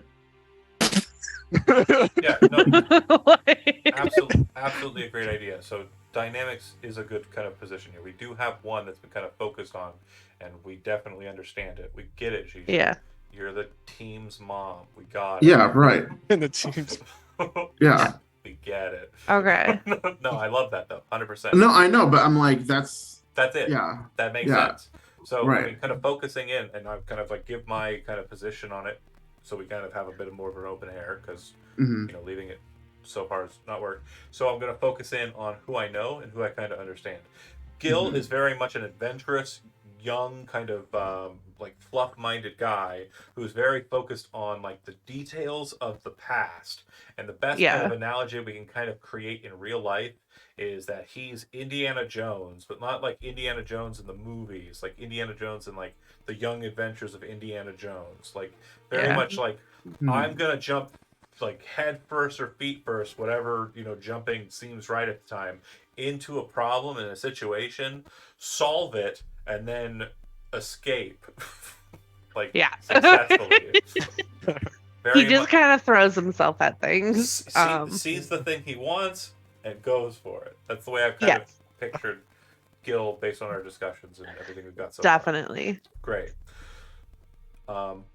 Focusing in on Scarin, kind of like wise and sagely for his years, like not super old, but like very kind of focused, but also at the same time, very kind of understanding that things have to have a reason. Like there's got to be a balance and kind of like an order. So kind of leaning more lawful neutral or lawful something, I presume, right, John? Does that sound about right? Honestly, maybe. Yeah, I was leaning more neutral. Like neutral but goodish. leaning lawful, or neutral good with like a Yeah. light lean towards lawful. Obviously not like Yeah. order to the point where it's like totalitarian. Like it's Yeah, not not, like I am the law. but like like understanding that order is not bad. Like understanding that Right. having the tiered system of orders is okay, and being a cop like you are, that makes sense. Um, okay, great, and also like kind of focusing in on TP him cop. too. Like I assume in like a dynamic combat wise, kind of leaning back towards Gil. Gil's kind of a switch, right? Can be in melee, Yep. can be at distance, works well at a moderate kind of medium range with a thorn whip and the like, but very much like Scarin, because the two of you I actually identified have both the same cantrips. That was not on purpose when I suggested them, Magpie. But yes, Shillelagh and thorn whip. Also Shillelagh and thorn whip. Yeah. Friends! Friends! We're just like, look at this. I too with my chest. Bonk, bonk. Yeah. Perfection. But yeah, so again, switch. Scarin, depending on the nature of the conflict, Scarin can be long range, but not super long range. And then Scarin can definitely be engaged close, especially if it's a fight that resources are going to be expended in. Right. There. The way I understand Pommel is Opposite coin from Skirin. Yeah. In a lot of ways. Kind of like more fluffy, like fluff-minded, kind of more like good Animated. Yeah, animated. Kind of a good eccentric, but also from like class background, very detail oriented. Like a person who is very much focused on kind of like understanding like the details of a matter before kind of really engaging on like a recipe follower. Is that a fair statement? Yeah, I think there's a curiosity in it. He's more of a recipe writer than a recipe follower. Got you. That's actually really astute. Yeah. So, and that works perfectly with your class too, Universalist. Yes. Yep. He's more about exploring all of the different outlets and different classes and different schools of magic and different recipes and like, yeah, and tries things, and when something works out, it's like, hell yeah, writes it down, like marks it for future reference. But like, I don't see him as someone who like goes and follows other people's things as wrote. He's more of a, we should all have the freedom to explore all of our options and find what's best through that, and like is very studious and explores and like is like almost scientific about it. Will be like, I'm gonna try this recipe, and then the next time tweaks it with just like a little minor alteration because like you paid attention to the result. Like, so yeah, correct. Very detail oriented and also a bit of a planner. So it's the recipe making kind of falls in line with like how you engage like a a dungeon or a problem, and that kind of goes. It's kind of a fun way of looking at it with Quiura, because the way I imagine her as an artificer, I mean, she kind of has a plan for what she wants, right? Is that a fair assessment, Gijo?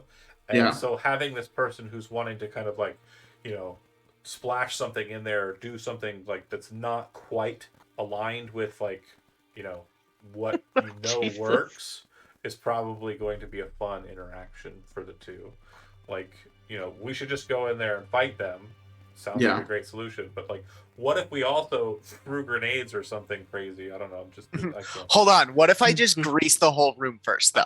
Like, I grease it though. Like, we just go in the grease and see what happens. Everybody's slipping and sliding. I think it'll be fine. And then flame Quiura is going to have so many headaches. Then we blow it up. Blow it up. Perfection. So the way I imagine, because we kind of had a bit of Quiura there, so kind of focusing on Sara, she is kind of a duty-bound individual when it comes to like her mentality, if that's fair. She, looks at the retinue as like kind of a burden, but at the same time, like it's a familiarity due to her upbringing that she kind of, it's more or less second nature. She very much wants to be free of the kind of binds and chains that have been kind of assigned to her due to her birth, and so she actually relishes in these kind of adventures that she's been going on.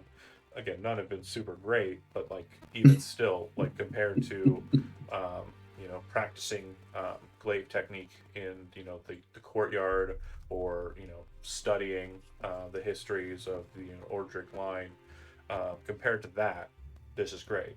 Is that a fair assessment? Anything? Oh yeah. Okay.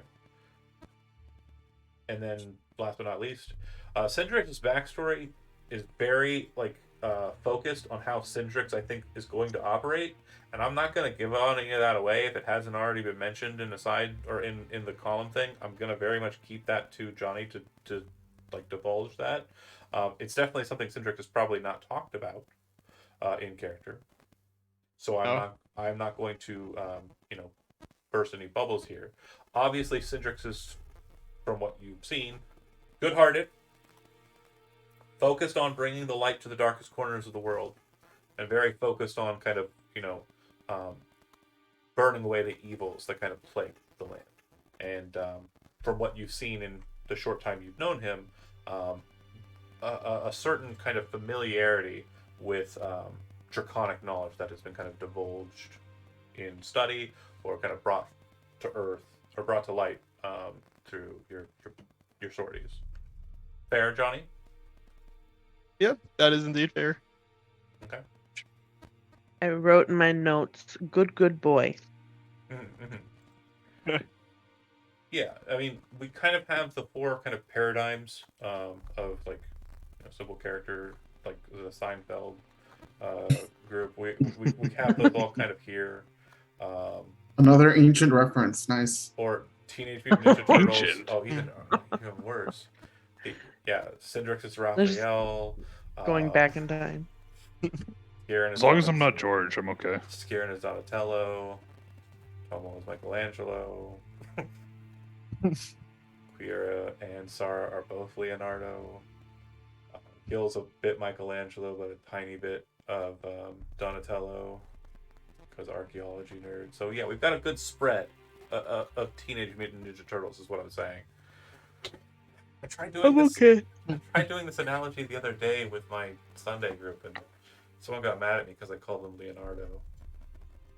Whatever. I mean, I would be mad Well, if I wasn't a Leonardo. Well, Right. Yeah. he's the coolest. Wait, which one was I? You're a Donatello, I think I said? Yeah. Yeah, Donatello. In real life, I'm more of a Donatello. Yeah. Unfortunately. Uh, Yeah, exactly. I am Master Splinter, obviously. Just my glasses. The quest giver. Okay, great. Let's discuss fortune points and partner techniques. It's going to be the gimmick. Most of my games have a gimmick. We discussed the other three games, so I'll discuss those gimmicks really quick and short. It didn't come to light in the Resistance at the Threshold game, but Age was going to play a Here we go. decent part in it. It kind of fell away towards the middle line because I realized it wasn't going to be something I could accomplish and complete the narrative as I wanted to, so it just kind of fell to the wayside. I won't go too far into that, but the largest gimmick of that game was the fact that they had a town that they got to build and had to run. And that was a great gimmick. The Cardan group is that'd be the Friday group, is a little less heavy on the gimmick side. They're pretty straightforward through and through. It's a pretty simple D&D game, but they, like the Resistance at the Threshold game, are town focused, so it's kind of that.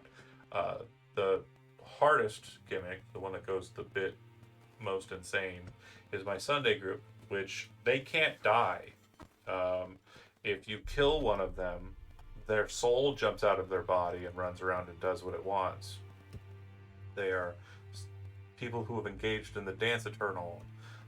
And then if they can get to a soul well, they can use an item they have called a lodestar to reform their bodies and basically just jump right back into them. It's Dark Souls, the Dark Souls of the D&D. And your folks' gimmick is your partner techniques, which we will work on. And over time, you'll start to pick up greater techniques that involve more parties. This originally was kind of played in the Dead of Ages Past game from like way the fuck back. Zach would be the only person who played in that one, but they were kind of tied to the gimmick of that game and weren't explored as much as I'd like to explore them here. So, what's a partner technique? So, first off, the cost that you'll be implementing is a fortune point. I changed the wording since it was first posted.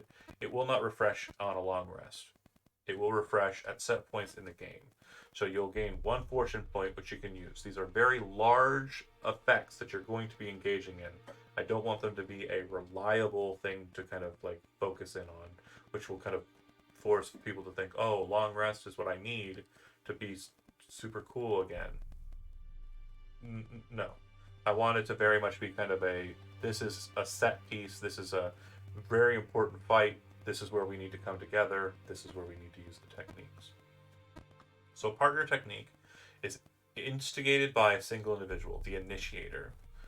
That party member will then go to their partner technique list and see who they can engage in a partner technique with, choose one, and then they will engage in the partner technique that is key to those two. So the partner technique for each pairing will always be the same. For example, Cindrix and Quiura will armor spark, always. Armor spark says that they need to be within 5 feet of each other, and Quiura's armor becomes infused with fire by Cindrix. And then for 1 minute, Quiura has resistance to fire damage, and Cindrix can use an action to cause fire to burst out from Quiura's armor, as if a breath weapon had kind of engaged from them. So that's kind of how these work. Some of them are durational effects that kind of last for a little while. Others are kind of one shot happens and that's all it does. But yeah, there's a very large list in our notifications here. And some of them, due to kind of power scaling over my brain, kind of trying to match them up, have kind of fallen towards the more powerful being towards the bottom and the less powerful kind of being towards the top. And I apologize for that. We are going to work towards a balance throughout the game. So as I kind of start actually looking into these a bit more and playing with them, we will kind of key them towards a nice, very table turning kind of power here. Each one of you only having one fortune point you can spend, but I don't want it to feel like one pairing will always be better than the other. There might be one that you favor more, and that might be good for you to kind of role play that kind of partnership being a bit more kind of focused for you. Like if you see that one of these abilities is really cool and it's something that you want to do, and you know you're going to want to do it in like a set piece fight or a big conflict, you may, be more buddy with that person. Any questions on any of the abilities that have been kind of presented? Any questions regarding any of the kind of base mechanics of it? Because again, it's just the initiator uses their action and a fortune point, and then the other person uses their reaction, no fortune point. Okay, so both people do need to use fortune points. No, only the initiator. Oh, okay. That's what that was going to be my question. So in one set piece cycle, whatever that is, I'm not defining it because I'd like it to be a bit more nebulous on my side. Mystery. Once per player. So each player can initiate once. Make sense? Yep. Any questions regarding that stuff? Cool. No. Okay. And we've got interactions, we've got an understanding of everybody's kind of role in the group. I mean, anybody have any questions at all? Like anything, any concerns, any worries? Otherwise, I've got like one last thing I think I'm going to put in there. Session zeros typically don't go the full 3 hours, but yeah. Oh, one thing that you all should know, Gil typically smells like chamomile.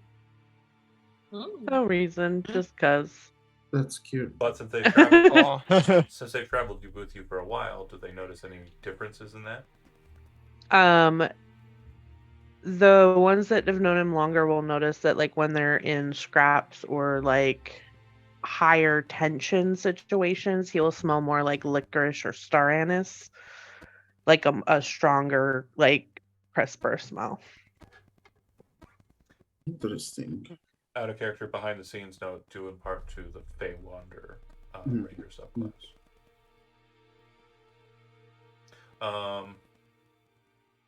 Wait, am I supposed to be praising people? What are you talking about? Okay, sorry. Don't read the chat. Only sometime. Cool. Any other questions or notes? Any skill tricks we previously haven't really Yes. used, I think, on Tuesdays, right? Yeah, this is great. So this is more of kind of John's adventure-minded stuff. Okay. So skill tricks are key, and I haven't got everybody's handouts done yet because I did kind of get lazy towards the middle of the day. But they were noted in the handout. Proficiency with a skill means you have all skill tricks associated with the skill. Examples. So there's different things that are present here, and for some of them, they will be granted to you in short order if they're things that are kind of granted for purpose. What I mean by that is history as a skill has 3 skill tricks. The first one is called Bookworm. Whenever you roll a 1 on an ability check to recall lore, period. So this is not just for history. This is for history, nature, arcana, religion. If you're trying to remember something, this is a recall lore skill check. If you're doing that and you roll a 1, you can always re-roll it if you have history trained. Collector of Stories gives you effectively what used to be known as bardic knowledge, but has been kind of written away. You can attempt to make a history check to recall lore regarding something that's just relevant to the situation. So if you're like, I'm stumped, but you're not sure how to ask the question, you can say, do I know any stories about this? And I'll say, yeah, go ahead and make a Collector of Stories check. And you'll roll a history check. The DC might be lower if it's just like something that's kind of legendary or big, but if it's something that's very kind of like obscure and like, something that would be kind of really random and strange, the higher the roll, the better, like, detailed nuance the result is. And then the last skill trick for history is I'm going to give you a big ass handout, and it's going to tell you a shit ton about the campaign, like as a whole, that other people are not going to know. The same is true for Arcana. It has planar knowledge, so you'll be granted a lot of information if you have Arcana trained. And I believe Religion also has, religious knowledge is one that's on there. But each one of these skills has their own skill tricks, kind of associated with it, all detailed in the handout that I sent to everybody. And they will have their own handouts in your journal in Roll20.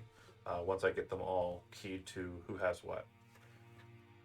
But yeah, these are just kind of sub-feat abilities that you just have and can engage in. Guessing with the cook's utensils skill, I get recipes out the gate too, or no? Good call. Exactly. So those have not been handed out either because I am Okay. a terrible friend. That's But okay. we are going to be reworking how recipes work for this game specifically because I'm going to be trying something new. So some of them need to be rewritten, and they will be in time. So I'm only going to start with a couple per tools. But recipes are basically an item that you will acquire. And once acquired, the party has the recipe. It's not a thing that only one person has. So the group has a recipe. The recipe tells you how to make thing.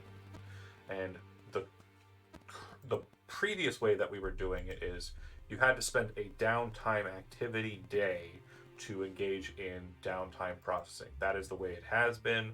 You create so many over that current duration and so on. But I have since decided for this game, it hasn't happened, it hasn't changed with the other games, so they're not as fortunate. But it will work more in line with how we have seen the crafting process work in fan favorite video games Solasta. Instead of it being a situation where you are spending your entire life kind of engaging in this process, if your day is not spent like 100% doing something like going into a dungeon and you're spending your whole day in a dungeon, you're just like kind of traveling to a place, or you're just kind of like sitting around doing nothing, then the time will continue to scale up. But to key that um, fairly against what we were doing, you now have to make a check to determine whether or not you successfully create it or not. And depending on how you do on that check determines how um, well you kind of create. So, like, for example, you have smithing tools. Adamantine armor is a pretty early kind of armor that you can learn to craft. You know how to craft it, but it's kind of hard to get together because you got to get the adamantine resource, right? That said, it's literally just making armor, but with adamantine plates in kind of certain places. So the recipe tells you that adamantine armor requires 10 pounds of adamantine and 1 medium, but not hide, or heavy armor. That's what you need. The crafting DC is 13. So you make a smithing tools check, DC 13. On a failure, you waste a day. The next day, you check again. On a failure, you waste a day. If you fail by more than 4, you actually break items involved in the process and ruin them for the purposes of crafting. If you pass the check, then obviously you do not need to roll again. It's not per diem, it's just the one check. And once you get a success, you're on your way to crafting it. Ta-da! And again, if you're not engaged in hanging out in a dungeon all day, you know, like tense traveling, then you can be crafting at the same time. Everybody understand how the recipes are going to play out in this specific game? And I'll get those handouts once I can, and I will be updating them for this game specifically once I get a chance. I should have them done before next Tuesday, though. PDFs on Roll20, that's new. Is that new? What's that? PDFs on Roll20, is that new? Yep. And there should be one on here listed under 0. It is the handout.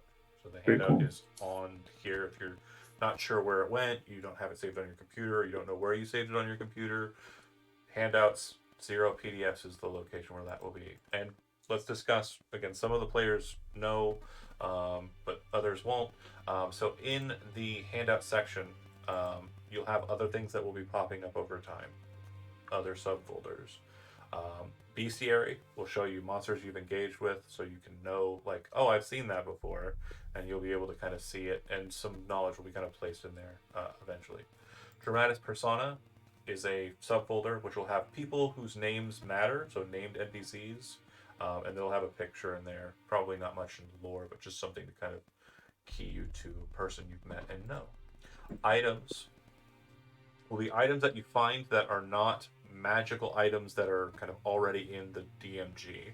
These will be things that are either from my own homebrew content, my own DM's Guild content, which is not something that everyone's probably referencing here, unless, you know, you've all bought my books. I mean, if you've all bought my books, then that would be pretty cool if you guys all bought my books. I mean, you don't have to, but if you did, it would be cool if you did that. Especially people watching home. If you guys want to buy my books, you could buy my. Sorry.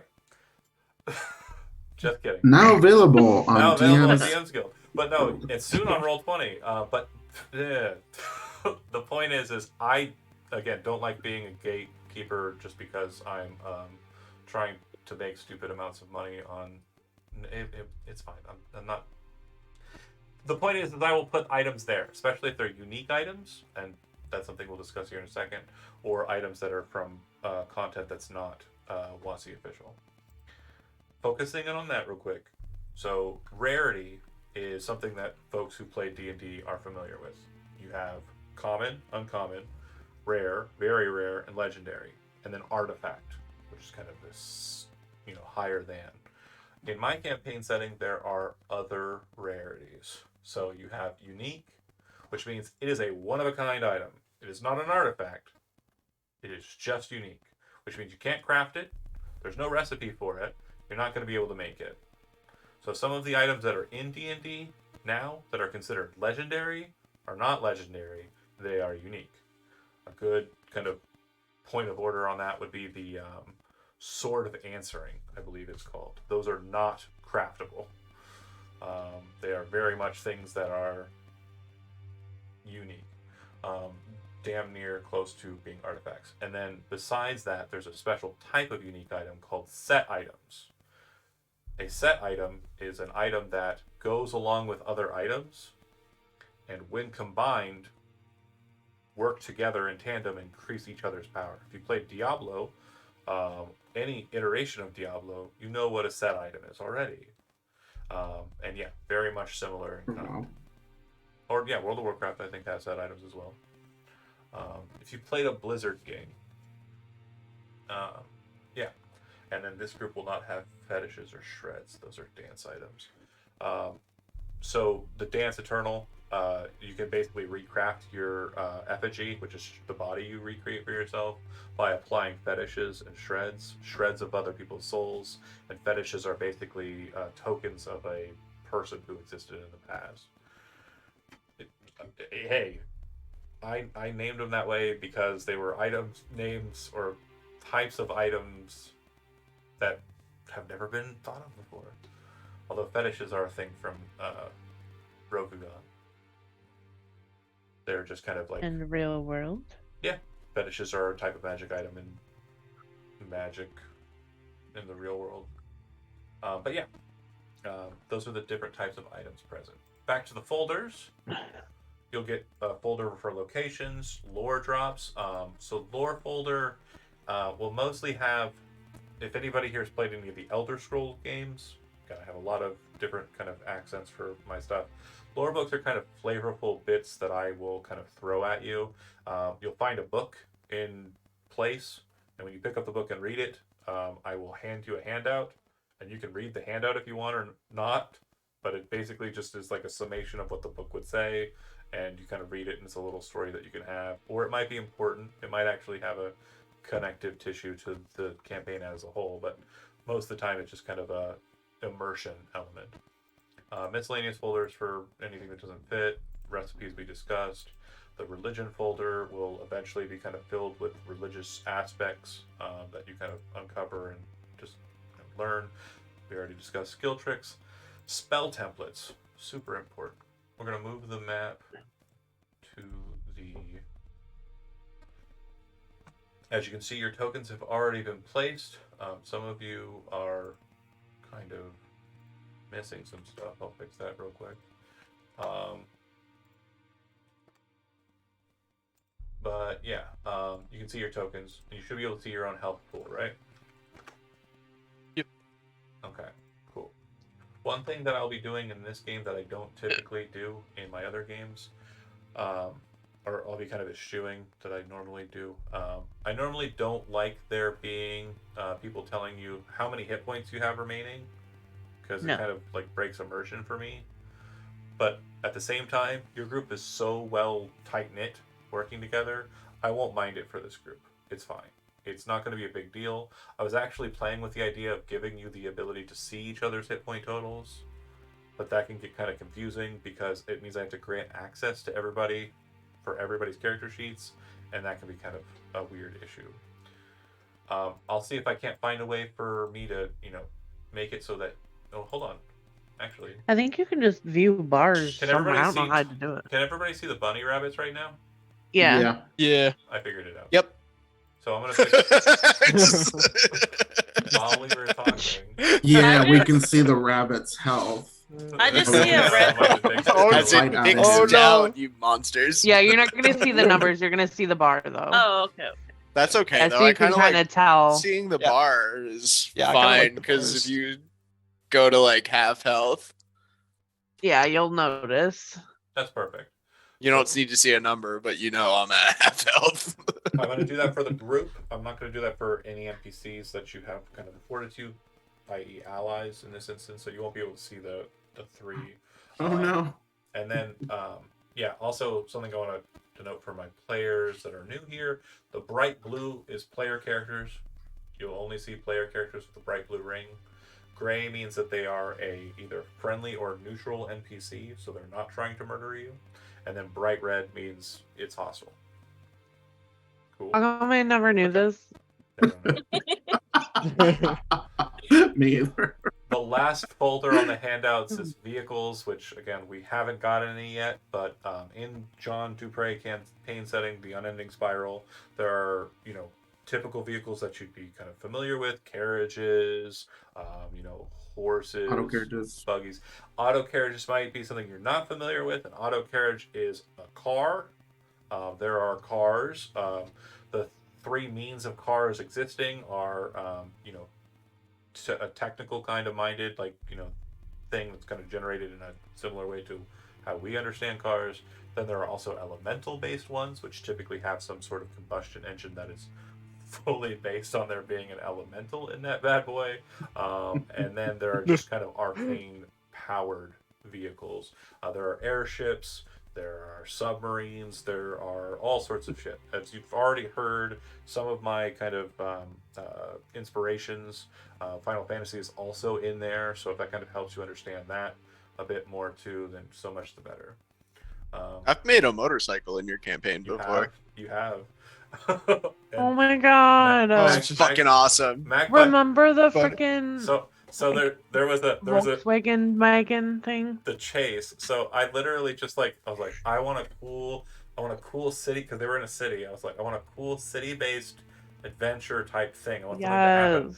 And so I took the Midgar chase from Final Fantasy VII, where they're escaping, and it's like Cloud on a motorcycle and all the other people in a truck, and they're fighting a bunch of shit.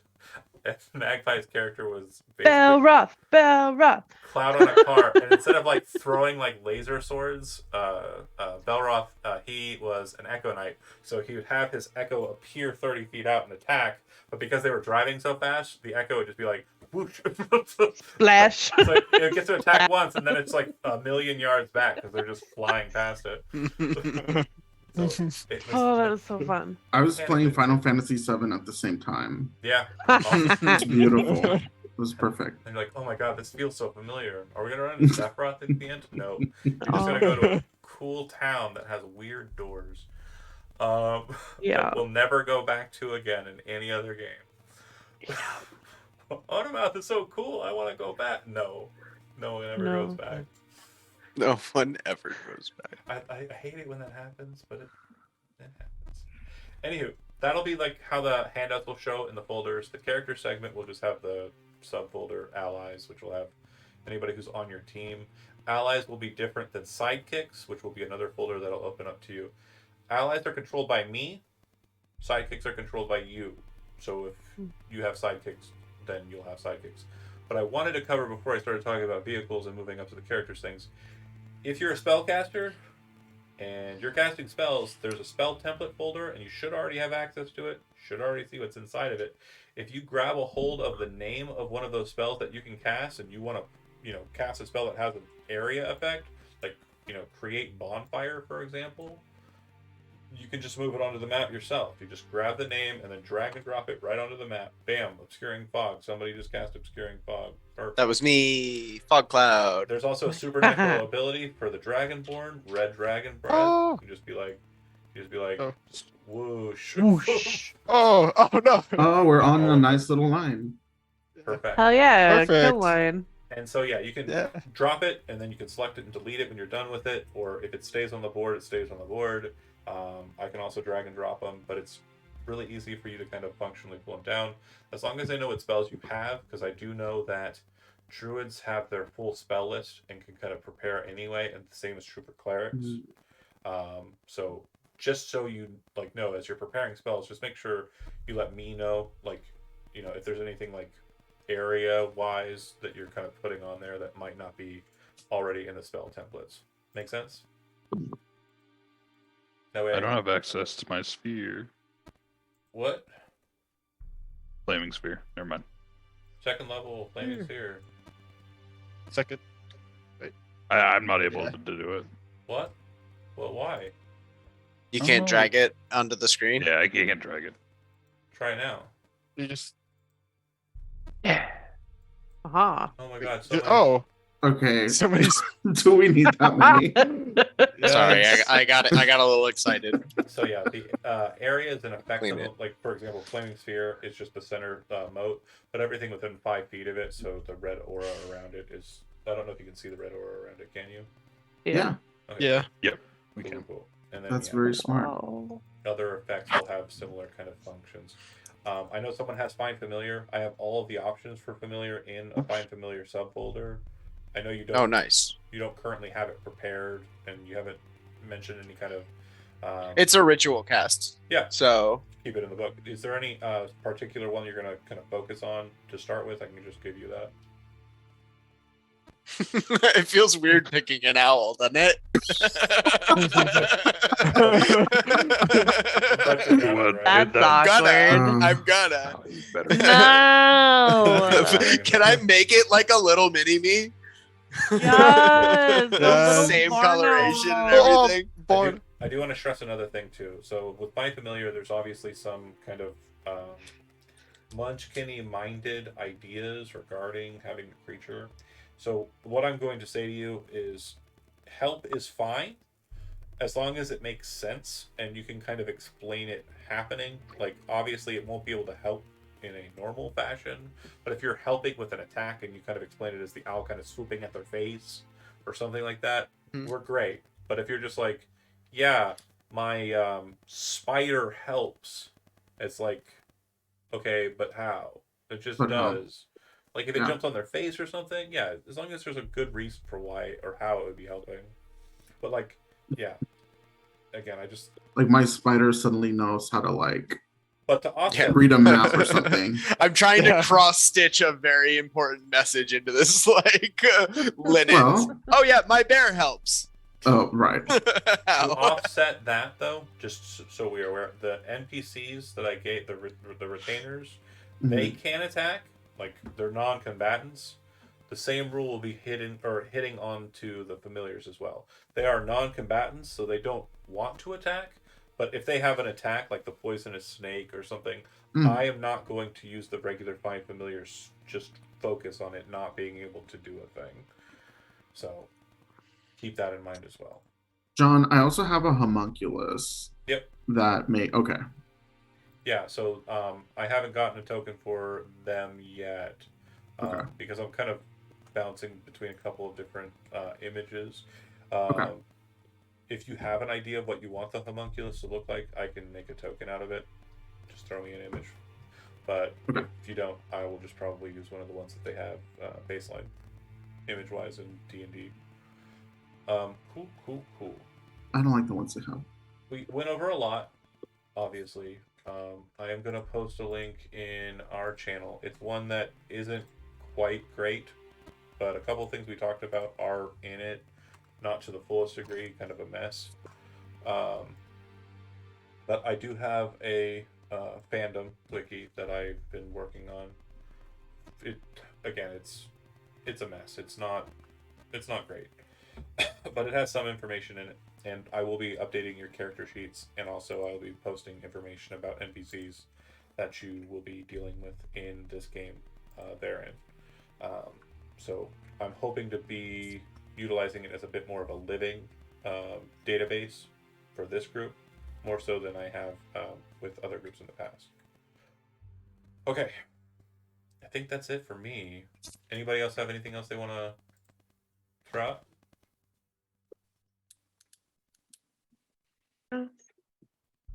Okay. All right. Then the last point of order, the very, very last point of order, is to note that your group as a whole, and I know the music died, it's silly. Your group as a whole will be already done with the trip and located at the point of the dungeon, the very beginning of the first session. I will be describing the last leg of that journey, but if you folks want to engage in utilizing the in-character channel, the trip down the mountain, down through the hills, and then up past the lake Ordris to the root of, or rather the end of the Iapa River it's entirely up to you if you want to type anything on the travel.